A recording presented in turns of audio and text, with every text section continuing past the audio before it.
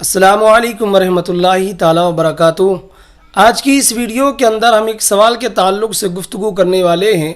सवाल ये है कि अगर किसी शख्स ने क़ुरबानी के लिए कोई जानवर ख़रीदा और ख़रीदने के बाद उसको घर ले आया और घर लाने के बाद उस जानवर के अंदर कोई ऐब पैदा हो गया, कोई नुक्स पैदा हो गया, ऐसा ऐब जिसकी वजह से क़ुरबानी नाजायज़ हो जाती है, तो क्या उस जानवर की क़ुरबानी कर सकता है या नहीं कर सकता, या क़ुरबानी करने के लिए कोई और जानवर ख़रीदना पड़ेगा?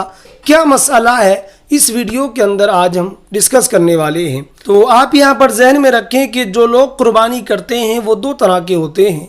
एक तो वो जिस पर क़ुरबानी वाजिब है, जो मालिक के निसाब है, और एक वो जो नफली तौर पर क़ुरबानी कर रहा है, वो साहिब इस्तिताअत नहीं है। अगर कोई ऐसा शख्स जानवर ख़रीद कर लाया जो मालिक के निसाब है, जो साहिब इस्तिताअत है, जिस पर क़ुरबानी वाजिब है, और उसके बाद उस जानवर के अंदर ऐब पैदा हो गया, ऐसा ऐब जिसकी वजह से क़ुरबानी नाजायज़ हो जाती है, तो इसके लिए हुक्म ये है कि ये शख्स चूँकि साहिब इस्तिताअत है, इसके लिए ज़रूरी है कि ये कोई दूसरा जानवर ख़रीद कर लाए और उस जानवर की क़ुरबानी करे। चूँकि ये शख्स मालिक के निसाब है, साहिब इस्तिताअत है, इसके लिए सही और सालिम जानवर की क़ुरबानी करना ज़रूरी है। अब अगर कोई शख्स ऐसा है जो साहिब इस्तिताअत नहीं है और वो नफली तौर पर क़ुरबानी कर रहा है, और जब वो जानवर ख़रीद कर लाया और लाने के बाद उसके यहाँ पर ऐब पैदा हो गया, तो उसके लिए हुक्म ये है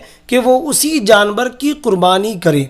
चूँकि उसने जानवर ख़रीद कर क़ुरबानी के लिए मुतय्यन कर लिया था, और चूँकि ये साहिब इस्तिताअत है नहीं, मालिक के निसाब भी नहीं है, इस पर क़ुरबानी वाजिब भी नहीं है, तो इस लिहाज से ज़रूरी है कि ये जो शख्स है ये उसी जानवर की क़ुरबानी करे, अगरचे इसमें ऐब पैदा हो गया है।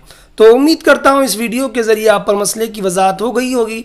तो गुजारिश करता हूँ कि अगर आप चैनल पर नए हैं तो इसको सब्सक्राइब कर लें और वीडियो को ज़्यादा से ज़्यादा शेयर करें। मिलते हैं किसी अगली वीडियो के अंदर, तब तक के लिए खुदा हाफिज़।